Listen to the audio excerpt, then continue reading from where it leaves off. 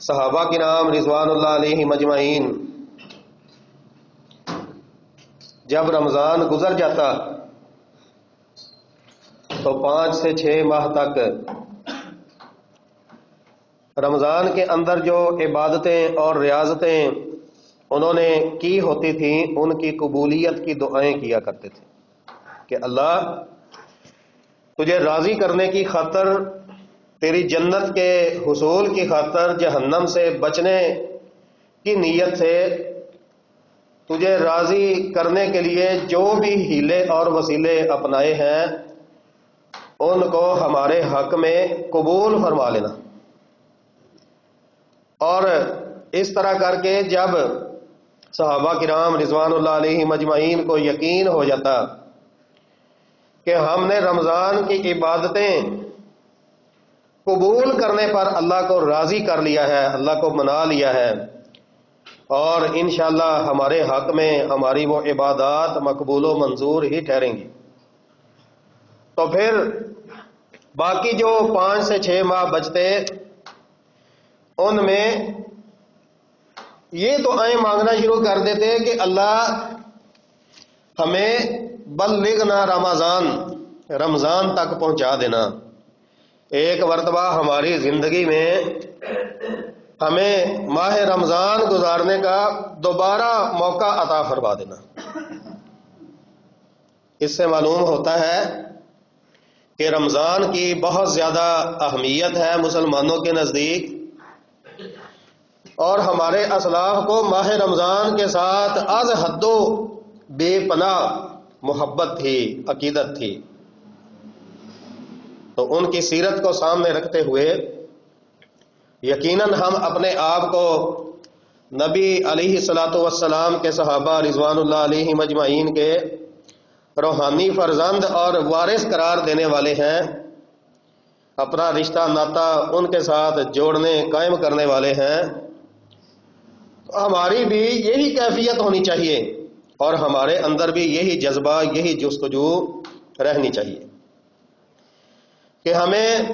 رمضان کے انتظار میں رہنا چاہیے، اور نہ صرف انتظار بلکہ اس کی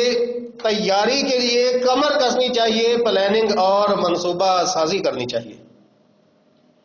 کہ ابھی اللہ مجھے توفیق دے رہا ہے زندگی میں ایک مرتبہ پھر کہ میں رمضان کے روزے رکھوں گا، اس میں اللہ کی عبادات کروں گا، تو میرے لیل و نہار، شب و روز، 24 گھنٹے، پورا مہینہ کس طرح گزرنے چاہیے، مجھے پہلے ہی اپنا شیڈول تیار کر لینا چاہیے، اور اس مہینے کے اندر فوکس جس بات پہ، جس پوائنٹ پہ ہونا چاہیے میرے محترم بھائیوں، وہ صرف اور صرف یہ ہو کہ میں نے اپنے اللہ کو اپنے آپ سے راضی کرنا ہے۔ وہ کیسے؟ مسنون طریقے کے ساتھ زیادہ سے زیادہ رب تعالی کی عبادات عمل میں لا کر۔ میرے سامنے سنن ابن ماجہ ہے، حدیث کا نمبر ہے 3925، سند اس کی بالکل صحیح ہے۔ رمضان کا پا لینا کہ کتنی عظیم نعمت ہے اس حدیث سے ہمیں سمجھ آئے گا۔ سیدنا طلحہ بن عبید اللہ رضی اللہ تعالی عنہ پیارے نبی صلی اللہ علیہ وسلم کے صحابی ہیں۔ خطبہ جمعہ میں اگر کسی بھائی کو نیند آئے نا، حدیث میں اس کا جو حل بیان ہوا ہے، جو علاج بیان ہوا ہے، سستی واقع ہو تو حدیث میں اس کا حل یہ بیان ہوا ہے کہ بندے کو اپنی جگہ چینج کر لینی چاہیے۔ یہاں پہ میں بیٹھا ہوں، مجھے نیند آ رہی ہے، غنودگی طاری ہو رہی ہے، سستی پڑ رہی ہے، تو یہاں سے 1 آدھا فٹ آگے پیچھے ہٹ جاؤں، تو یہ ادب بتایا ہے، طریقہ بتایا ہے نبی صلی اللہ علیہ وسلم نے خطبہ میں سستی کو دور کرنے کا۔ تو بہرحال گزارش کر رہا تھا کہ طلحہ بن عبید اللہ رضی اللہ تعالی عنہ نے ایک خواب دیکھا۔ خواب میں کیا دیکھتے ہیں کہ کہتے ہیں کہ 2 صحابہ تھے، پیارے نبی صلی اللہ علیہ وسلم کے ساتھی تھے، ان میں ایک شخص بڑا محنتی تھا عبادات کے اندر، اللہ کو راضی کرنے میں، فرائض بھی بجا لاتا تھا، اور ہمیشہ نوافل کی ادائیگی میں بھی پیش ہوتا تھا، آگے آگے ہوتا تھا، اور پھر اس بندے کو شہادت کی موت بھی نصیب ہو گئی۔ اللہ کی راہ میں جہاد کیا، اور جو عظیم ترین منصب ہے، عہدہ ہے، جو سب سے افضل موت ہے، جس پہ رب تعالی کئی ایک بڑے بڑے انعامات سے نوازتے ہیں، وہ منصب بھی ان کو حاصل ہو گیا، فی سبیل اللہ شہید ہو گئے، سونے پہ سہاگا۔ اب ایک طرف یہ صحابی ہیں، اور اس کے مقابلے میں ایک طرف وہ صحابی ہیں جو اس صاحب کے شہید ہونے کے بعد 1 سال تک زندہ رہتے ہیں مزید۔ لیکن ان دونوں کا جب آپس میں تقابل کیا جائے تو صورتحال یہ بنتی ہے کہ وہ جو صاحب ہیں وہ بڑے نیک ہیں، نفلی فرضی تمام عبادات کے اندر ہمیشہ آگے پائے جاتے ہیں، اور اس کے مقابلے میں یہ جو دوسرے صحابی ہیں یہ قدرے سست ہیں، بلکہ صرف فرائض بجا لاتے ہیں، نوافل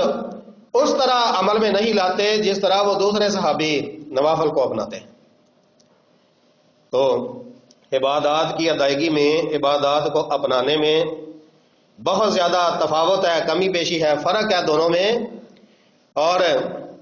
مزید فرق جو نمایاں ہے وہ یہ ہے کہ ان کو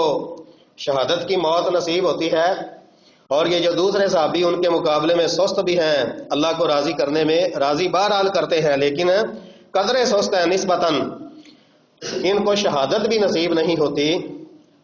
طبعی موت بستر مرگ پہ ان کو موت آتی ہے۔ لیکن صورتحال یہ ہے کہ وہ 1 سال پہلے، یعنی آج کے دن، آج کی تاریخ میں وہ رمضان یعنی 1 ہفتہ پہلے رمضان پانے سے شہید ہو جاتے ہیں، اور جو دوسرے صحابی ہیں وہ 1 سال بعد تبھی موت فوت ہوتے ہیں۔ تو کیا مطلب ہوا کہ انہوں نے اپنی زندگی میں 1 رمضان اس صحابی سے زیادہ پا لیا، اور نمازیں بھی 1 سال کی زیادہ پڑھی ہیں، یقیناً بے شک فرضی ہی صحیح۔ تو اب سیدنا طلحہ بن عبید اللہ رضی اللہ تعالی عنہ خواب میں دیکھتے ہیں کہ یہ جو بعد میں فوت ہونے والا صحابی ہے وہ جنت میں پہلے داخل ہو رہا ہے، اور جو پہلے فوت ہوا تھا، شہید ہوا تھا بلکہ، اور عبادات میں، ریاضات میں بھی یہ دوسرے صحابی سے بہت زیادہ آگے تھا، وہ جنت میں بعد میں داخل ہو رہا ہے۔ طلحہ رضی اللہ عنہ فرماتے ہیں کہ ہم تینوں جنت کے دروازے پہ کھڑے ہوئے ہیں، تو جنت کے اندر سے ایک صاحب باہر آتے ہیں، تو جو بندہ بعد میں تب ہی موت فوت ہوا ہے اس کے بازو سے پکڑتے ہیں، اس کو پہلے جنت میں لے جاتے ہیں۔ کچھ دیر بعد دوبارہ آتے ہیں، اور وہ جو عبادات میں پیش تھا اور شہید ہوا تھا اس کو بعد میں لے کر جاتے ہیں، اور طلحہ رضی اللہ عنہ فرماتے ہیں کچھ دیر بعد پھر وہ باہر آتے ہیں اور کہتے ہیں کہ بھائی آپ واپس چلے جاؤ، آپ کا بھی جنت میں آنے کا وقت نہیں ہوا۔ یہ خواب ہے صحابی کا۔ جب صبح ہوئی تو انہوں نے اپنے ساتھیوں کو یعنی دیگر صحابہ کرام رضوان اللہ علیہم اجمعین کو یہ خواب بیان کیا، طلحہ رضی اللہ عنہ نے۔ اب لوگ بڑے حیران ہوئے، اس خواب کے چرچے پورے مدینہ معظمہ کے اندر پھیل گئے، صحابہ کرام میں، گھروں میں، لوگوں میں چہمگوئیاں ہونے لگیں کہ بھئی عجیب ماجرا ہے کہ وہ بندہ شہید بھی ہوا تھا اور عبادات میں پیش تھا، نمایاں تھا، آگے آگے تھا، لیکن اس کے باوجود جنت میں کب جا رہا ہے؟ وہ دوسرے کے بعد، جو عبادات میں بھی سست ہے اور موت بھی اس کو عام آئی ہے، شہادت سے بہرحال محروم رہا ہے، وہ جنت میں پہلے جا رہا ہے۔ تو یہ پورے مدینہ شہر کے اندر یہ خواب کے چرچے پھیل گئے، حتیٰ کہ کرتے کراتے حدیث شریف میں آتا ہے جب آقا علیہ الصلوۃ والسلام کے سامنے یہ خواب پیش ہوا تو نبی کریم صلی اللہ علیہ وسلم نے ارشاد فرمایا کہ بھائی اس میں حیران ہونے والی کون سی بات ہے؟ آپ نے فرمایا الیسا قد مکث ھذا بعدہ سنۃ وادرک رمضان فصامہ۔ صحابہ سے سوالیہ انداز میں پوچھا کہ مجھے بتاؤ کیا خیال ہے یہ جو طبی موت مرنے والا عبادات میں قدرے سست بھی ہے، یہ 1 سال مزید زندہ نہیں رہا، اس کو 1 ماہ رمضان اس کے مقابلے میں زیادہ حاصل نہیں ہوا، اور اس نے اس مہینے کے روزے بھی رکھے ہیں۔ قالوا بلا، تو صحابہ نے جواب دیا کہ جی ہاں ایسے ہی ہے۔ وصلی کذا و کذا من سجدۃ فی السنۃ، اور پورے سال میں اس نے 1 سال کی نمازیں بھی وہ پہلے صحابی سے کیا کی ہیں؟ زیادہ ادا کی ہیں۔ رمضان کے روزے بھی رکھے ہیں مزید، اور نمازیں بھی زیادہ ادا کی ہیں، تو کیا خیال ہے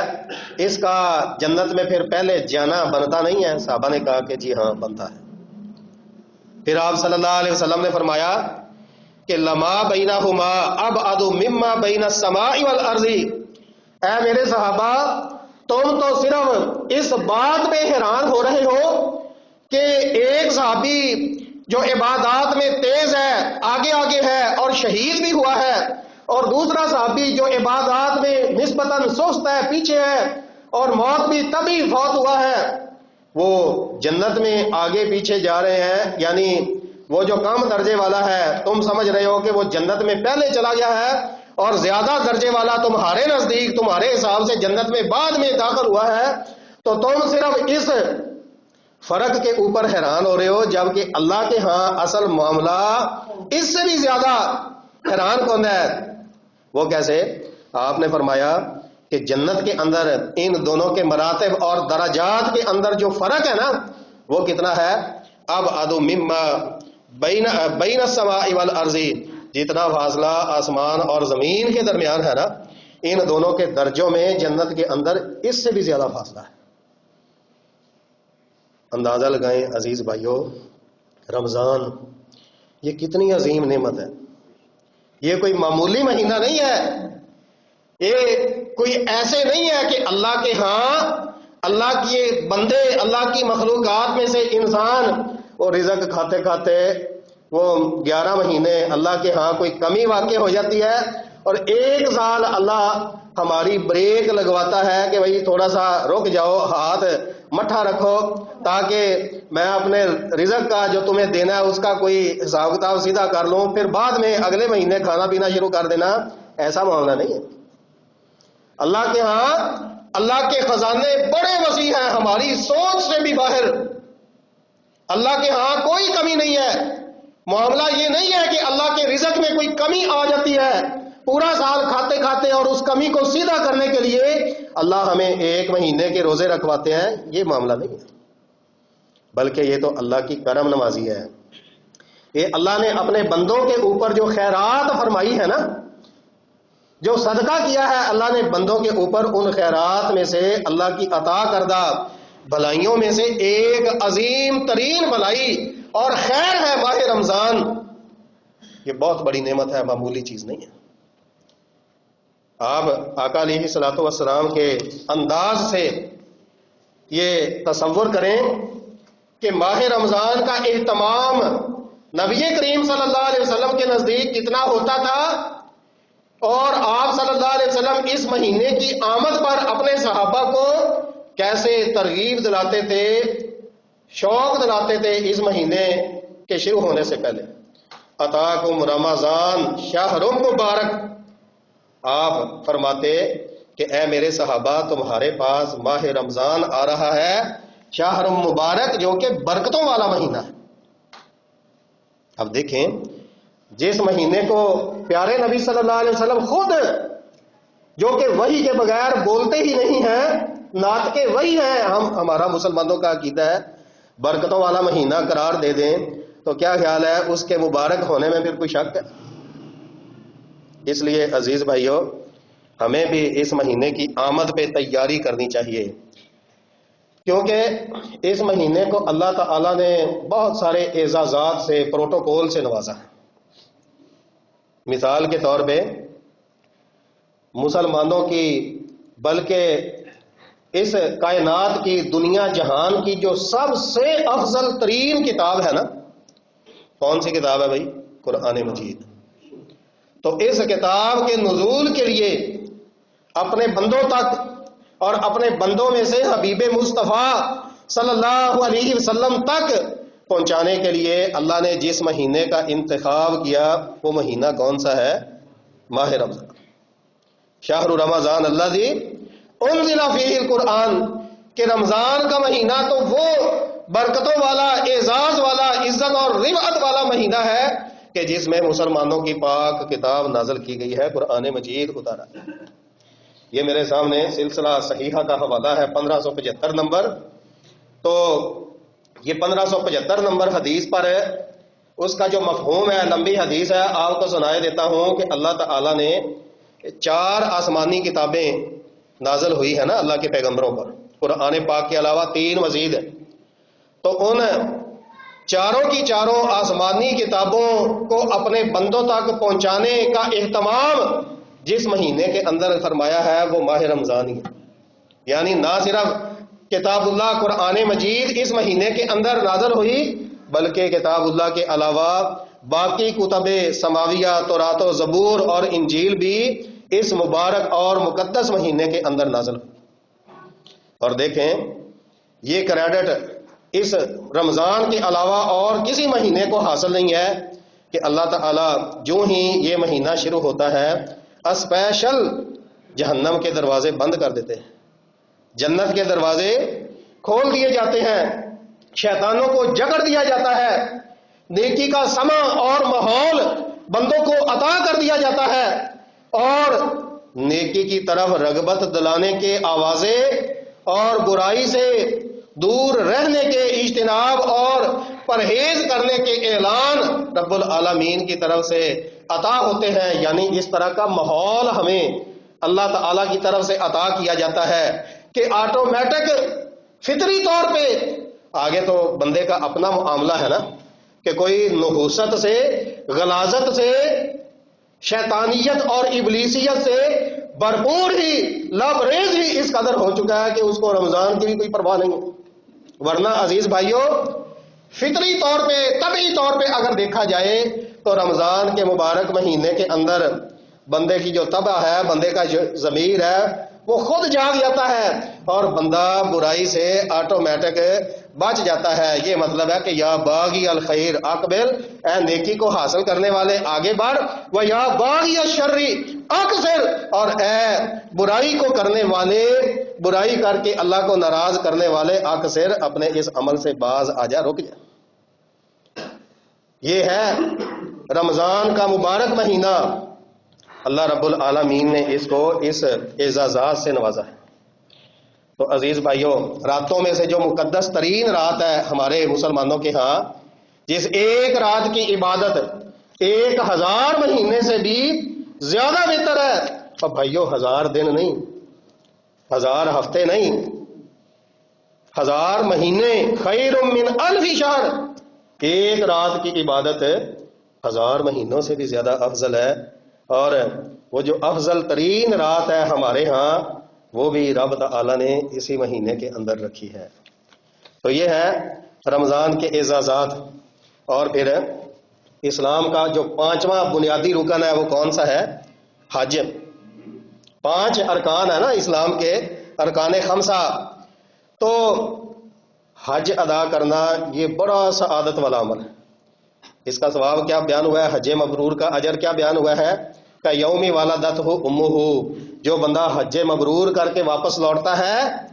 تو وہ اپنی برائیوں سے ایسے دھل جاتا ہے، صاف ہو جاتا ہے،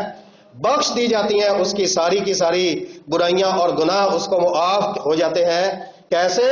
کہ جس طرح پہلے دن کا بچہ جو ابھی ابھی اپنی ماں کے پیٹ سے باہر نکلا ہے، جس طرح اس کا نامہ اعمال گناہوں سے پاک صاف ہے، ویسے ہی حج مبرور کرنے والے شخص کا نامہ اعمال گناہوں سے پاک صاف ہو جاتا ہے، دھل جاتا ہے گناہوں سے. اتنا اجر اور ثواب ہے حج مبرور کا. اور رمضان کو اللہ تعالی نے اس کریڈٹ سے نوازا ہے کہ اس مہینے میں صرف عمرہ کر لیا جائے، صرف عمرہ کر لیا جائے. یہ میرے سامنے صحیح بخاری شریف ہے، نبی کریم صلی اللہ علیہ وسلم کا ارشاد گرامی ہے، ان عمرۃ فی رمضان تقضی حجۃ معیہ، کہ رمضان کے اندر عمرہ کرنے کا اجر و ثواب ایسے ہی ہے گویا کہ جس بندے نے میرے ساتھ مل کر میرے ہمراہ اللہ کے گھر کا حج کیا ہے. تو جتنا ثواب آپ صلی اللہ علیہ وسلم کی معیت میں حج مبرور کرنے کا حاصل ہوتا ہے، وہی اجر اور ثواب رب تعالی رمضان کے مبارک مہینے میں عمرہ کرنے پہ عطا کرتے ہیں۔ اگرچہ عزیز بھائیوں ماہ رمضان میں عمرہ مہنگا ہو جاتا ہے، لیکن ہمارے پاس بعض بھائیوں کے پاس اللہ کی نعمتوں کی، مال و دولت کی فراوانی ہے، الحمدللہ اللہ کا شکر ادا کرنا چاہیے۔ اس لیے زیادہ سے زیادہ یہ کوشش اور لالچ ہونی چاہیے کہ اگر میں نے عمرہ پہ جانا ہے، کوئی نہیں 50,000 1,00,000 وہ زیادہ ہی صحیح، لیکن عمرہ کے لیے ماہ رمضان کا انتخاب کرنا چاہیے۔ بڑی فضیلت والا عمل ہے، اور اجر اور ثواب کا معاملہ یہ ہے کہ رمضان میں عمرہ کرنے والا ایسے ہی ہے گویا کہ آقا علیہ الصلوۃ والسلام کی معیت میں حج کرنے والا شخص ہوتا ہے۔ اب رمضان کے ایک مہینے کا قیام کر لینا، نفل پڑھ لینا، اور اے بھی ذہن چ رکھا جائے بھی نفلاں دی کوئی شریعت نے حد بندی نہیں کی تھی۔ ایک بندے دی روٹین ہے بھی وہ صرف 2 نفل عادت نال پڑھتا ہے، تو انشاءاللہ اے ہی وہ حق چ قیام لکھا جائے گا۔ زیادہ تو زیادہ 11 رکعتاں تے کم از کم دی کوئی حد بندی تے لیمٹ نہیں ہے۔ ہاں جنیاں زیادہ پڑھے گا افضل ہے، اجر اور ثواب کے اندر اضافہ ہو جائے گا۔ لیکن اگر کوئی بندہ روٹین نال وظیفہ ہے ہوگا کہ وہ 2 نفل پڑھتا ہے اہتمام نال، اخلاص نال، تو عزیز بھائیوں وہ 2 نفل پڑھنے سے بھی انشاءاللہ اللہ کے حکم سے اس کو یہ اعزاز حاصل ہو جائے گا۔ کون سا؟ کہ من قام رمضان ایماناً واحتساباً غفر لہ ما تقدم من ذنبہ، کہ ماہ رمضان کا قیام کرنے والا شخص، رمضان کے مہینے میں نفل پڑھنے والا شخص ہے، اس کے گزشتہ سارے گناہ رب تعالیٰ کی طرف سے بخش دیے جاتے ہیں، معاف کر دیے جاتے ہیں۔ تو میرے محترم بھائیوں، اس مہینے کے اندر کرنے کے کچھ کام ہیں، ہماری کچھ ذمہ داریاں ہیں، کچھ پلاننگ ہمیں کرنی چاہیے۔ مثال کے طور پہ یہ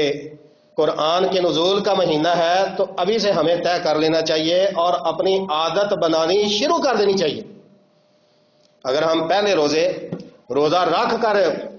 پہلے پورا سال تلاوت نہیں کی، لیکن پہلے روزہ رکھ کر ایک پارا تلاوت کریں گے تو کیا خیال ہے، سر پیڑ ہونا ہے کہ نہیں ہونا، منہ خشک ہونا ہے کہ نہیں ہونا؟ تو پھر ایک پارا تلاوت نہیں جے کیتا جانا۔ لہذا ہونا ہے ایک ہفتہ ہے تے روزہ بھی نہیں رکھا، تے عادت پان کی کوشش کریے بھی ایک پارا روزانہ دا تلاوت کرنا ہے کم از کم، تاکہ جدو رمضان شروع ہوئے تے روزے دی حالت دے وچ میرے واسطے قرآن پاک دی تلاوت کرنا سوکھا ہو جاوے، مینوں کسے قسم دی اوکھیائی تے مشکل دا سامنا نہ کرنا پڑے۔ تو ابھی سے ہمیں یہ تیاری کرنی شروع کر دینی چاہیے۔ اسی طرح رمضان کا اور دعا کا بڑا گہرا تعلق ہے۔ حقیقت بات ہے، روزہ دار، حدیث میں آتا ہے کہ اللہ تعالیٰ والد کی دعا کو رد نہیں کرتے۔ باپ اپنی اولاد کے حق میں یا اس کے خلاف بد دعا کر دے تو یہ جو دعا ہے باپ کی یا بد دعا ہے، یہ اللہ کے ہاں بڑی اہمیت رکھتی ہے۔ لہذا یہ میرے نوجوان ساتھی بیٹھے ہوئے ہیں، بزرگ بھی تشریف فرما ہے، اے بزرگاں دیا دعاواں یا بد دعاواں نو معمولی نہ لیا کرو۔ ہمیشہ اس جستجو چ رہنا چاہیے کہ انہاں بزرگاں دیاں دعاواں لینیاں نے، اور ہمیشہ اس کوشش دے وچ اور اتنا زیادہ محتاط رہنا چاہیے بھی کسے صورت چ مینوں اپنے باپ دی بد دعا نہ لگے، کیونکہ باپ نو پیارے نبی صلی اللہ علیہ وسلم نے جنت دا بہترین ذریعہ قرار دیتا ہے۔ صحیح حدیث ہے، جنت نو حاصل کرنے واسطے مختلف ہیلے وسیلے بروئے کار لائی دے نے، نمازاں پڑھی دیاں نے، روزے رکھی دے نے، صدقہ و خیرات، تلاوت، ذکر، اذکار، دعاواں وغیرہ، تے بالکل جنت نو حاصل کرن دا سارے نالوں بہترین ذریعہ ہیلا اور وسیلہ آقا علیہ الصلوۃ والسلام نے کنوں قرار دیتا ہے؟ باپ۔ ہمارے ہاں یہ حدیث تو بیان کی جاتی ہے کہ جنت ماں کے قدموں تلے ہے، کوئی شک نہیں ہے اس میں، حدیث ہے، آقا علیہ الصلوۃ والسلام کی سنت ہے۔ لیکن میرے محترم بھائیوں، یہ بھی حدیث ہے کہ الوالد اوسط ابواب الجنہ فإن شئت فأزد ذلك الباب او احفظه، سنن ترمذی کی روایت ہے، کہ آپ کا جو والد ہے وہ جنت کا سب سے بہترین دروازہ یعنی جنت کو حاصل کرنے کا سب سے بہترین وسیلہ ہے، تو اب تمہاری مرضی ہے، اگر چاہو تو اس دروازے کی حفاظت کر لو، یعنی اس وسیلے کو، اس ذریعے کو بروئے کار لا کے اچھے طریقے سے استعمال کر کے بزرگوں کی دعائیں حاصل کر کے اس دروازے کو اپنے حق میں محفوظ بنا لو، یا پھر انہاں بزرگاں نو کلپا کے انہاں نو تنگ کر کے انہاں دیاں بد دعاواں لے کے تے جنت دا اے والا جڑا ہیلا تے وسیلہ ہے اینو آدھے ہاتھ چوں کڈ دیو، ضائع کر دیو، گوا دیو۔ اے صحیح حدیث جی اللہ دے رسول صلی اللہ علیہ وسلم۔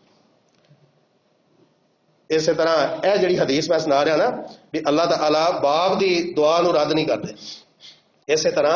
مسافر دی دعا نو رد نہیں کردے، اسی طرح حدیث دے وچ آندا ہے بھی روزے دار دی دعا نو بھی اللہ تعالی رد نہیں کردے۔ اور قرآن پاک آپ پڑھیے سورت البقرہ جتھے رب العالمین نے رمضان دے روزیاں دے مسئلے بیان کیتے نے نا، بالکل روزیاں دے رمضان دے مسئلے دے این وسط دے وچ درمیان دے وچ رب تعالی نے دعا دا مسئلہ بھی بیان کیتا ہے۔ مفسرین نے رب رحمان رب تعالی دے ایس انداز تو اے جڑا اندازے بیان ہے بھی روزیاں دے مسئلے دے نال، روزیاں دے رمضان دے مسئلے دے وچ اللہ تعالی نے دعا کا مسئلہ بھی بیان فرمایا ہے، تو اس سے گویا کہ یہ معلوم ہوتا ہے کہ رمضان کے مہینے میں دعائیں کرنا اس کی بہت زیادہ اہمیت ہے۔ اس لیے عزیز بھائیوں مسنون دعائیں سیکھنے کی کوشش کریں، دعا کے وہ آداب جو اللہ کے رسول صلی اللہ علیہ وسلم کی سنت سے ثابت ہیں، اور وہ پیاری پیاری دعائیں جو رب تعالی نے قرآن پاک کی صورت میں ہمیں عطا کی ہیں، قرآن میں نازل فرمائی ہیں، ترجمہ سمیت ان دعاؤں کو یاد کریں۔ جو دعائیں نبی کریم صلی اللہ علیہ وسلم نے خود مانگی ہیں یا پھر اپنے صحابہ کرام رضوان اللہ علیہم اجمعین کو سکھائی ہیں، وہ دعاؤں والی جو مسنون جو صحیح ثابت دعاؤں والی کتابیں ہیں حاصل کر کے وہ دعائیں یاد کریں، اور اس کوشش میں رہیں کہ آگے رمضان آ رہا ہے، میں نے یہ والی دعائیں رب تعالیٰ سے روزے کی حالت میں زیادہ سے زیادہ مانگنے کی کوشش کرنی۔ اس لیے یہ بات بھی ہماری پلاننگ میں ہونی چاہیے۔ اور صحیح بخاری کی وہ مشہور حدیث ہے کہ آپ صلی اللہ علیہ وسلم عام مہینوں میں بھی صدقہ و خیرات کرتے تھے، لیکن ماہ رمضان میں آپ کے صدقہ و خیرات کرنے کی جو سپیڈ ہے، جو رفتار ہے، وہ اور بھی زیادہ بڑھ جاتی تھی۔ گویا کہ صحابہ کرام فرماتے ہیں کہ آپ اس انداز میں ماہ رمضان کے اندر صدقہ و خیرات کرتے کہ جس طرح تیز آندھی چلنے کی رفتار ہوتی ہے نا،